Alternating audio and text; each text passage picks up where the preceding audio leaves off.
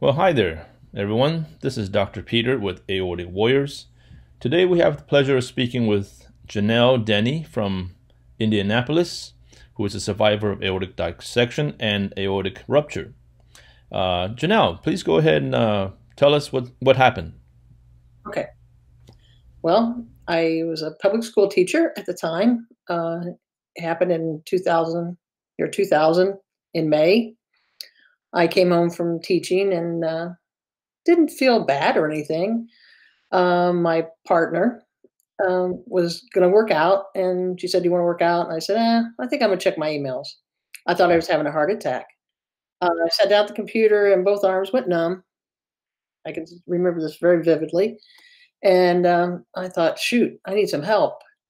And she said, "Should I call an ambulance?" I said, "I think I need some help." And I basically have amnesia from then on for a while. I didn't lose consciousness, but I have amnesia. I kind of remember sitting at the steps petting one of our dogs and thinking, wow.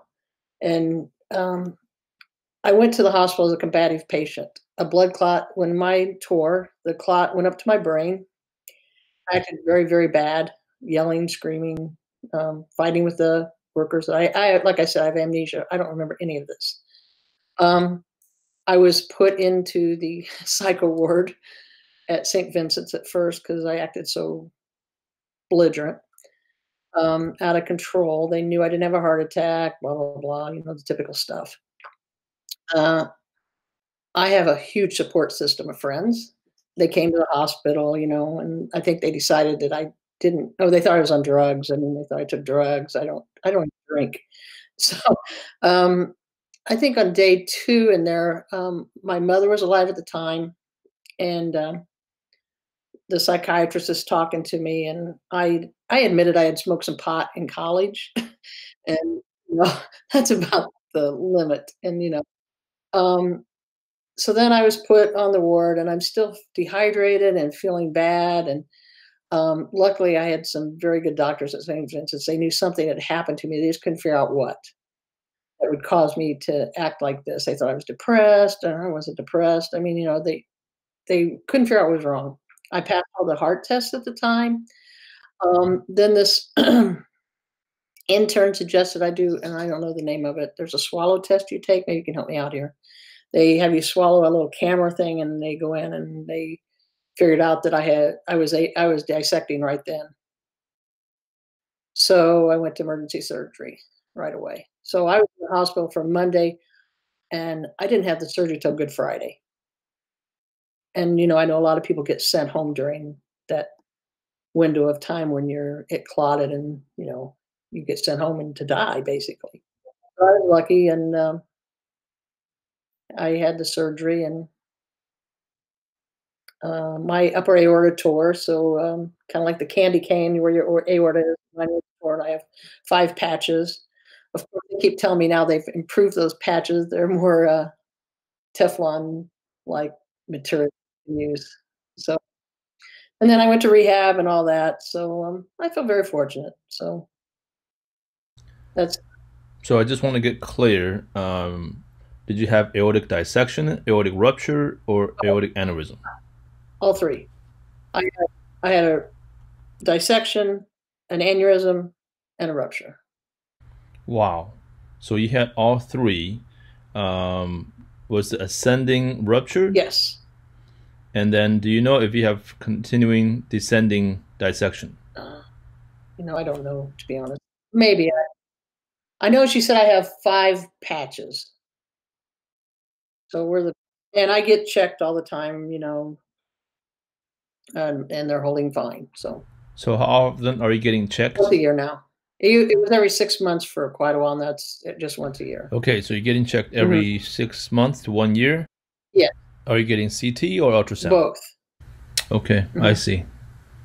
And unfortunately, my heart doctor passed away, so I have a cardiologist. I've had Dr. Fetters for maybe 4 years, and she stays on top of it. She thinks I'm getting kinda lackadaisical about coming in and stuff, but I'm not. Yes, we all do that because we Yeah, feel I'm fine, everything's yeah, I fine. have no yeah. Um, So what type of medications are you on now? I take my beta blocker twice a day. I take Cardival. I took Toprol for maybe 2 years, and I don't know if you'll agree with this, but Toprol can be a depressant, kind, and I just, God, I didn't like being on it, and I like the Cardival a lot better. Um, I mean, I don't have any. I mean, it works fine. I take it. You have to take it twice a day. That's the only hiccup, which isn't a hiccup for me at all. So, I don't know. Do you know the drug Cardival? Is it Carvedilol? Yeah, maybe that's how you pronounce it. Yeah. Yeah, because that's what I take I was. too. Oh, okay. How about metoprolol?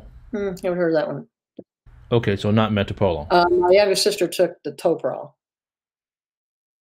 and I think they took her. I don't know. She had terribly high blood pressure though, but I didn't. I didn't have any high blood pressure, low cholesterol, pretty active at the time. So it's just kind of it can happen to anybody, I guess. I'm saying. Did the doctor ever figure out why you had the dissection? You mean why I had a dissection? I have no idea. No, there was no. How old were you when it first happened? 47. Okay, 47. Hmm. And I'm 65 now. I think. What changes have you made in your life since the incident? Hmm. Oh, yeah, that's a big one. Lifting. I'm not supposed to lift more than 50 pounds. Doing 50. I mean, I really do follow that pretty close. My friends all, "Well, it weighs too much. You better not be doing that." Um, like we have a summer cottage, and even put the dock in. If everybody just all my friends are very supportive of this, and it's just a rule I follow too. Oh, that's too heavy. I don't lift. I don't strain. So that works out pretty well. But I'm still active. I do all kinds of stuff. Can't right now though, unfortunately. um, I believe the doctors try their best to err on the side of caution. Sometimes it's 5 pounds, sometimes 10 pounds. In your case, 50 pounds. yeah, So, that's the guideline they came up with for me. So nothing over 50 pounds, and nothing that strains. Um, I was a scuba diver at the time also, and they said I could still do it. I dove a little bit. We go to the Grand Cayman a lot, and I dove a little while, and then I just thought, this is kind of I don't want to do this anymore. I did get kind of freaked me out. I really enjoyed it, but I did 50 dives in my life, and I snorkel still, but I don't dive anymore. That was kind of when you were diving, did you feel any pressure while going down the water? no. I think the first dive I had after my surgery would have been 2002, and I just didn't feel comfortable ever. I mean, I only I only dove like 40 feet. And I never really I just didn't feel comfortable. I just always worried. And I thought, why am I doing this? I can snorkel and see fish. And so I quit diving, which that was a bummer for me, to be honest with you. When I had the surgery, the first thing I said, I guess, is, can I still dive? And they said, yeah, you can still dive, but I don't dive anymore. Okay, so nobody said you couldn't dive. Right. Nobody said you can't dive, but yeah, exactly.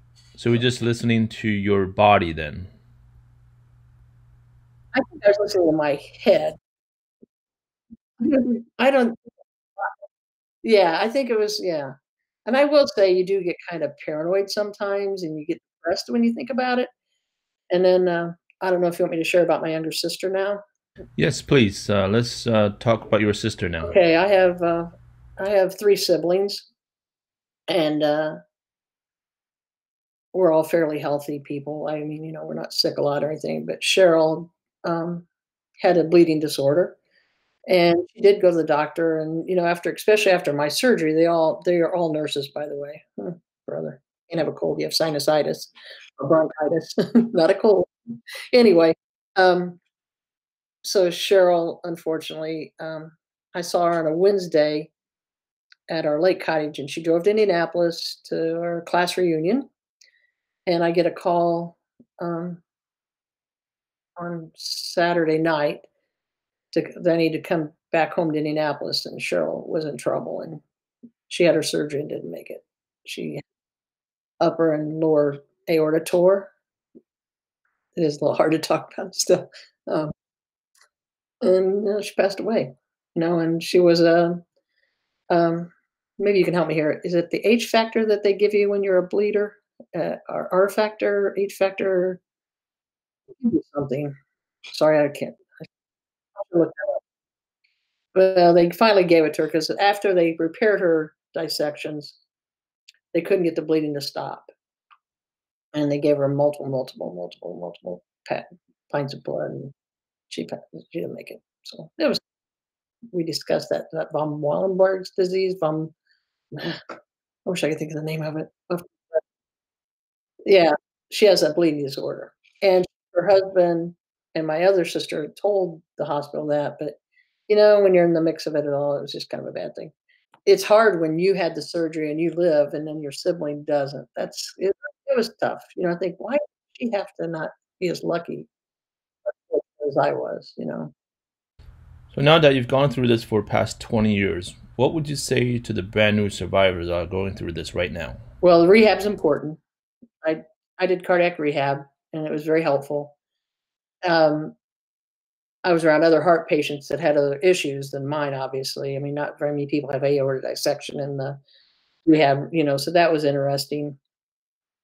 Um, I'm kind of a easygoing person. I made a joke of everything. We all had the same tattoo, which I'm sure you have. So, um, you just got to live life, and you can, you get depressed about it if you think about it a lot. Like, oh my God, I can't do this or whatever. But gotta go out and live your life and, surround yourself with your friends and family and just be positive. It's definitely a life-changing thing to have it happen to you. You think, God, why'd it happen to me? But it did, so we gotta move forward, and I just feel very fortunate. Yeah, I mean, you can get yourself down. You can think, "Oh, why me? Why'd this happen to me?" But you just gotta pull yourself up by the bootstraps and move on, and, your friends and family can really help a lot. You gotta communicate. And I feel sorry for people that don't have the support system that I had. I mean, I had all my teacher friends, I had all their friends, I have my family. Um, yeah, so I would just say definitely do the rehab though. And hope that that's already in place to begin with, because it's kind of hard to. That's why you should make sure you make friends. Don't wait until you get in trouble. Oh, I want to be friends now. You have to have, you can't be